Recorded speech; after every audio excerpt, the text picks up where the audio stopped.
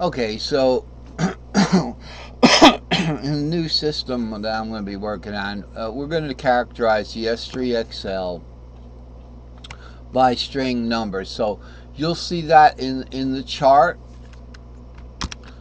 So let's look up here. I know we were doing some cool things with the piano, but we have to move along, or we're not going to cover what the chart is trying to tell us.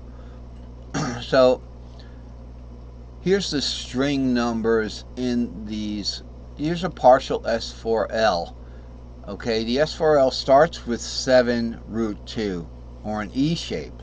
And if you look at the word caged, you start with the E in the word cage and go every other letter in that word cage. So it goes E to A, okay, and then A skips G, goes E to C in the next caged word. It keeps going, caged, caged, caged.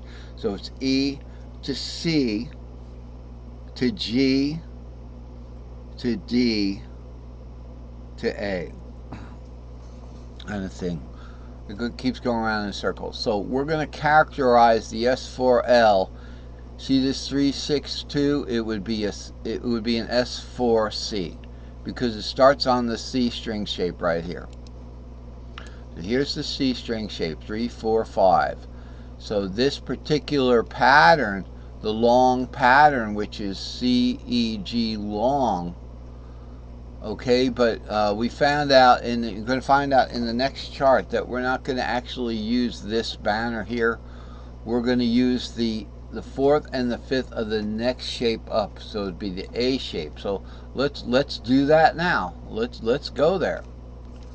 You know, we're excited. This is really, this is the latest chart right here. Of course, this is the short pattern. This is the C pattern. And by the way, remember, C, you can play the diatonic in the short pattern.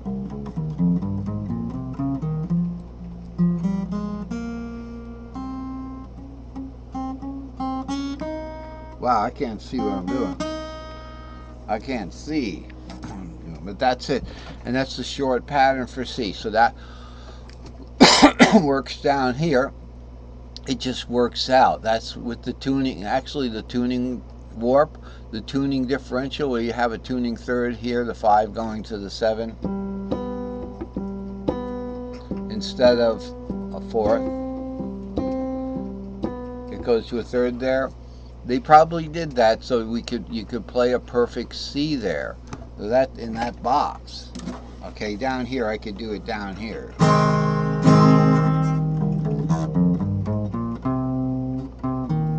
Oh, by the way, did I play that first one here? I should have played it here. This is your C box.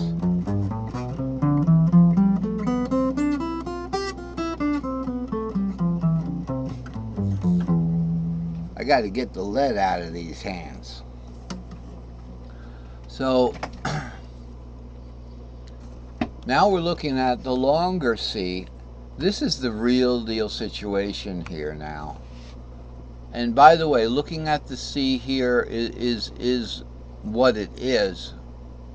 But, and this is your fret nut, so this is the low E down here. This is the A, this is the 2 is the, because the 2 is the, D is the second in the key of C. The whole thing's in the key of C, right? Got to be in something. But good news for people who want us to play in different keys. The keys have caged. I'll show you in a minute. Hopefully we can get through this and then get to that. We don't have C.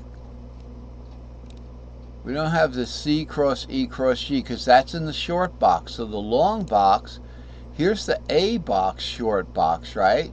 Now I didn't show you, this is, oh yes it is, A cross D cross E in the A box. So the C and the A box are like this. Okay, and they share the 5. All right, they share these 2 frets. They share the 5, the G fret. They share the what? The 0, 1, the second and third frets are shared by the C cage and the A cage, and that is the short cages, the short ones. Introducing the long ones here now. So we're going to take, if we're going to play pentatonic, we're going to play the long pattern here. So let me play the pattern first. So starting here, this is where your fret nut is. It'd be an S4L starting on the 3. So 3 is a C string shape. It's going to be called an S4C, right? And then we go into the S3XL. Just like that. Now, if I want to play a pentatonic, I want to play a diatonic. That was a diatonic. We can play that in pentatonic. I can play the short C in pentatonic. The long C in pentatonic's more difficult.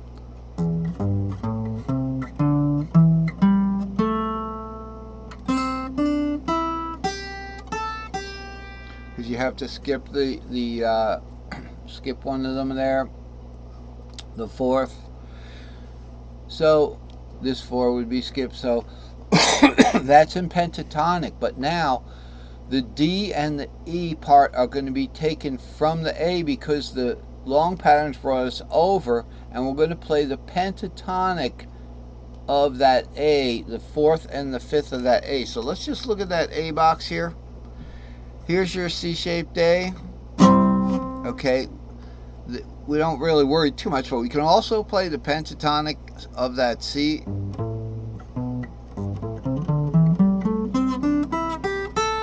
A-shaped, right? But we can do the diatonic there, which is, where's that diatonic?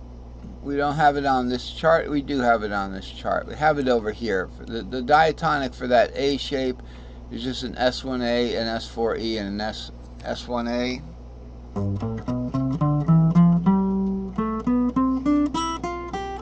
You got to warp it up. So these two guys, okay, these two guys are normally together. Up here, warp it up on the 2nd string from the top. So we've got that, but we're not going to play the A diatonic. All right, that the A shape, yes, we can play the A shape diatonic. That's why I was doing it.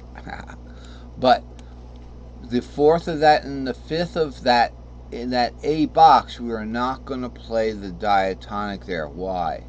Because that'll be the key of what? The key of F and the key of G. The key of F and the key of G, which would be adding a B flat and it'd be adding an F sharp. So we don't want to do that. We're staying in the key of C. So we're just going to play the pentatonic because that leaves out the 4th. B flat's the 4th in the key of F, and F sharp is the 7th. We leave out the 4th and the 7th. So what we can do is we start here with the long pattern and then the 4th and the 5th. So if we're doing something like, I don't know, something like this, we're going to do C shaped, and then we'll go F and to G. So the C shape, obviously we're going to play the diatonic, and that's just modal tone focus. So C would be,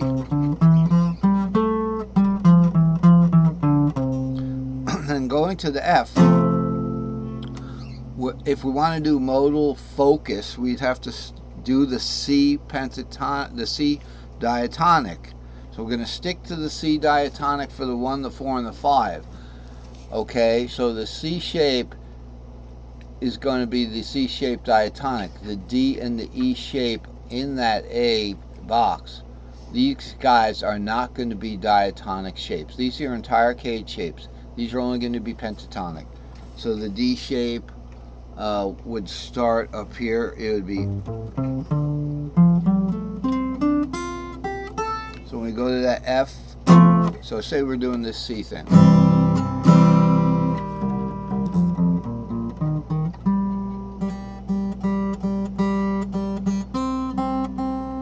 So we're doing the C, or here we're doing that C.